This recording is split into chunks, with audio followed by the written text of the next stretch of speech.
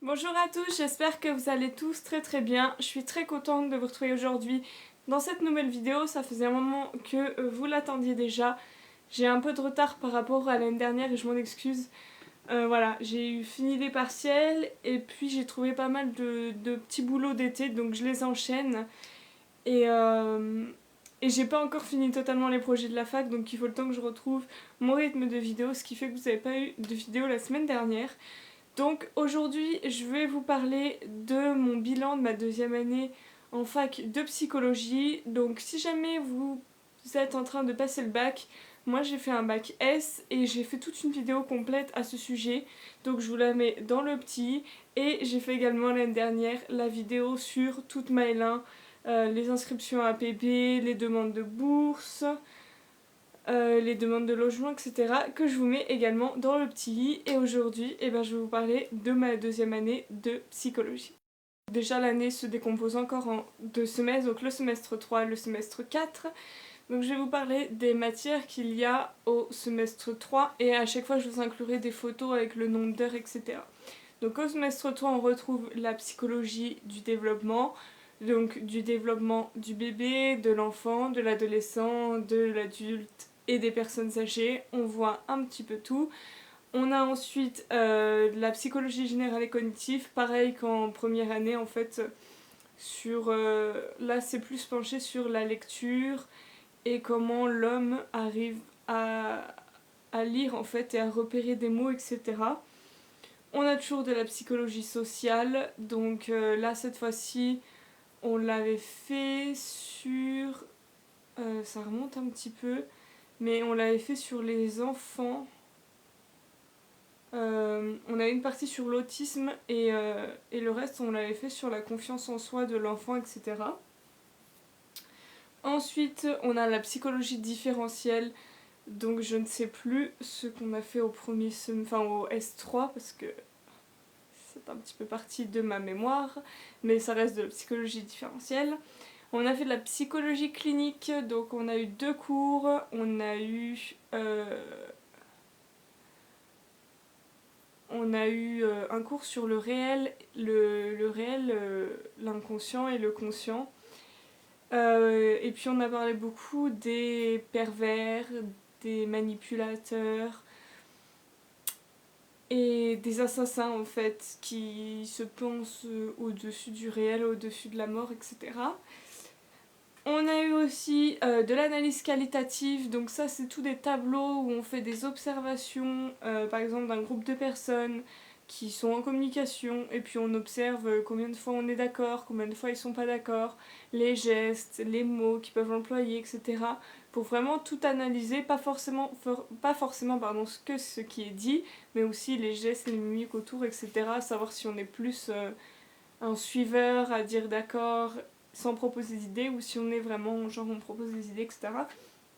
Analyse quantitative, là c'est des maths, c'est des statistiques un peu plus dures quand même qu'en L1, mais voilà, ça reste quand même pas très compliqué. Ensuite on a de la communication cellulaire et de l'organisation organisation et fonctionnement du système nerveux, donc là c'était la partie vraiment scientifique. On a vu le cerveau, tout ce qui peut être problème de vision, tout ce qui peut être problème... tout ce qui peut être problème en rapport en fait avec le cerveau et qui n'aurait pas une origine psychologique en fait, mais qui serait vraiment expliqué par le corps tout simplement. Ensuite on avait deux modules, éducation, travail, donc éducation, on a vu plein de films sur les enfants, sur l'éducation des enfants, à travers les coutumes, à travers les pays, etc. Et on a dû faire un petit projet à propos d'un film, donc le film c'est Le Cercle des Poètes Disparus.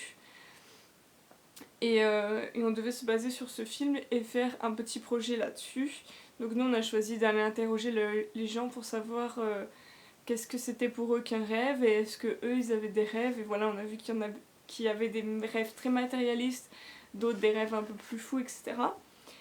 On a eu de la psychologie du travail, donc là on a vu tout ce qui est facteurs de risque, stress, violence au travail, etc. Les litiges entre employeurs, employés, le prud'homme, etc. Toujours MTU, donc là ça regroupait, en fait on devait mettre des dossiers ou des citations, etc. Aux normes APA, en fait on devait faire une petite recherche et puis à la fin les mettre en norme APA, donc c'est la norme américaine, Psychology Association je crois. Et en fait c'est juste une norme un peu pour mettre en forme une bibliographie mais version psychologie. On avait PPE, qu'est-ce que j'ai fait en PPE? On devait choisir un sujet à 5-6 et puis faire un petit dossier. Donc nous on avait pris la psychologie du développement et on avait fait un petit dossier sur les enfants. Et puis il reste toujours des heures d'anglais, donc là c'était de la compréhension orale qu'on a eu au semestre 3. Et donc c'est tout ce qu'on a eu. Mon ressenti sur ce semestre, je l'ai pas trop aimé. J'ai trouvé qu'il y avait des matières quand même pas très intéressantes. J'adore les sciences, mais j'ai vraiment coulé en fonctionnement du système nerveux et organisation cellulaire, parce que c'était vraiment beaucoup de par cœur, etc. Et malgré que j'ai fait un bac S, j'ai beaucoup coulé. Donc voilà, j'ai pas trop aimé ce semestre, et je trouve qu'il a pas trop changé de la L1. Mais le semestre 4 du coup est beaucoup plus différent de la L1. Donc vous pouvez retrouver toujours des matières comme la psychologie du développement, la clinique, la cognitive, la différentielle et la sociale. Ça reste tout le temps. Ensuite on avait analyse... comment ils appellent ça? Enfin bref, c'est de l'analyse quantitative. En fait on prend un groupe et puis par rapport à la moyenne... Par exemple, si on prend une personne qui a 5 de moyenne en maths et 3 en français, est-ce qu'on peut dire qu'elle est meilleure en maths qu'en français, ou est-ce qu'il faut se baser sur plusieurs notes, etc. On a eu aussi... qu'est-ce qu'on a eu d'autre aussi? On a eu santé, donc on a eu plein de cours sur la santé de l'enfant, sur la place de l'enfant dans une fratrie où il y a un frère ou une sœur autiste. On a eu plein de cours sur le test des comptes, donc c'est un test utilisé lors d'entretiens psychologiques. On a eu... qu'est-ce qu'on a eu d'autre en santé? On a eu beaucoup de cours sur le mensonge, le vol et la fugue. En fait, les trois principaux manquements sociaux qu'il peut y avoir chez un enfant. Et c'était assez sympa, franchement c'était bien. On a eu aussi de la psychologie du travail, donc là on a fait tout un cours magistral sur tout ce qui était les risques, etc. Et aussi on a eu de la psychologie de la justice, donc là où on a fait surtout sur les enfants en fait, par rapport à la maltraitance, qu'elle soit active ou passive, etc. Je suis désolée de me gratter tout le temps, je me suis fait bouffer toute la nuit, bref. On a eu plein de visionnages en fait, de témoignages d'enfants, etc. Par rapport à quelle aide sociale envoyer, les différences entre l'ASE ou la protection judiciaire de l'enfance. Enfin, tous les trucs comme ça, en fait, les différents groupes qui prennent le relais en fait, pour protéger un enfant lorsqu'il y a des litiges comme ça. On a eu aussi des cours d'analyse analyse de données, donc là c'était l'analyse qualitative, et outils et méthodes, donc là c'était vraiment...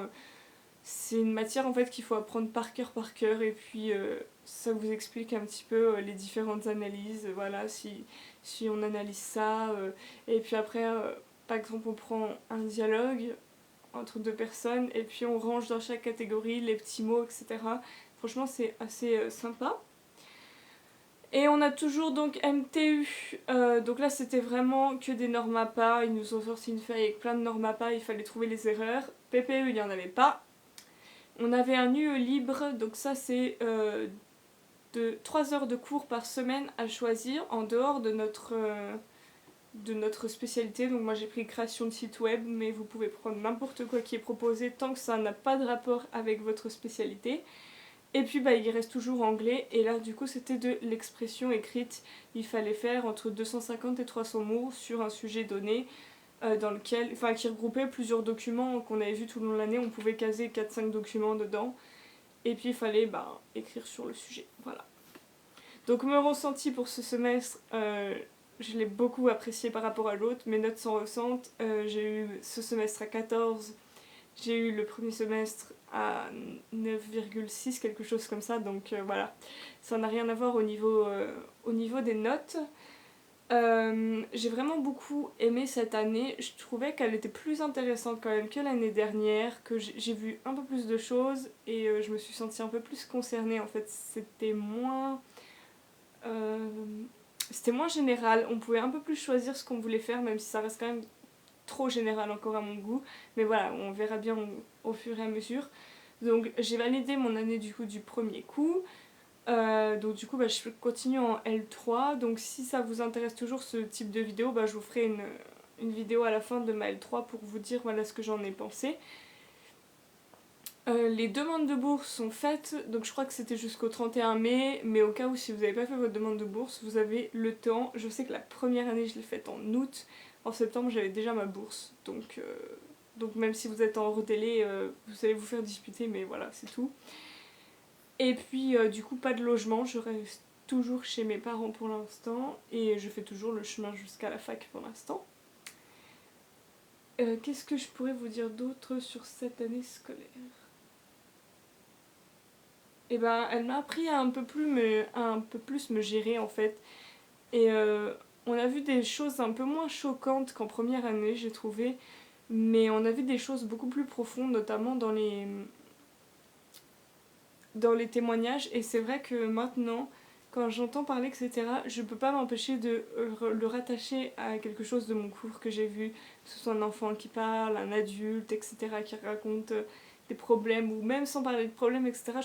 Enfin, on sent un petit peu quand même que les études nous servent à quelque chose et qu'on arrive quand même à produire certaines choses. Il y a des profs qui nous ont fait bosser sur leur thèse, donc on a bossé beaucoup sur le fonctionnement d'une équipe pluridisciplinaire, quand on rencontre des médecins, quand on travaille avec des orthophonistes, etc. Comment chacun trouve sa place, qui prend les décisions, etc. Et voilà, donc du coup, on a un peu plus de bagages, si j'ai envie de dire. On n'a plus les bagages théoriques qu'on a eu en L1. On a plutôt des bagages pratiques avec voilà, des explications de cas, des explications de cas, des mises en situation, etc. Et puis, voilà, c'est tout. Je sais pas si la vidéo va être courte ou longue. En fait, j'avais pas beaucoup préparé cette vidéo, mais voilà, j'avais quand même envie de vous donner mon ressenti sur ma deuxième année. Donc, je pense qu'elle va être plus courte que celle de la première année, où je vous explique vraiment plus en détail, notamment en psychologie du développement cognitive,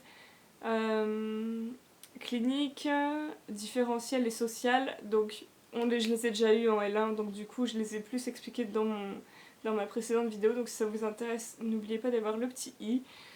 Et sinon, j'espère que vous, ça s'est bien passé les études. Si vous n'avez pas encore passé vos examens, j'espère qu'ils se passeront bien. Je vous fais plein de gros bisous et je vous dis à la prochaine. Salut!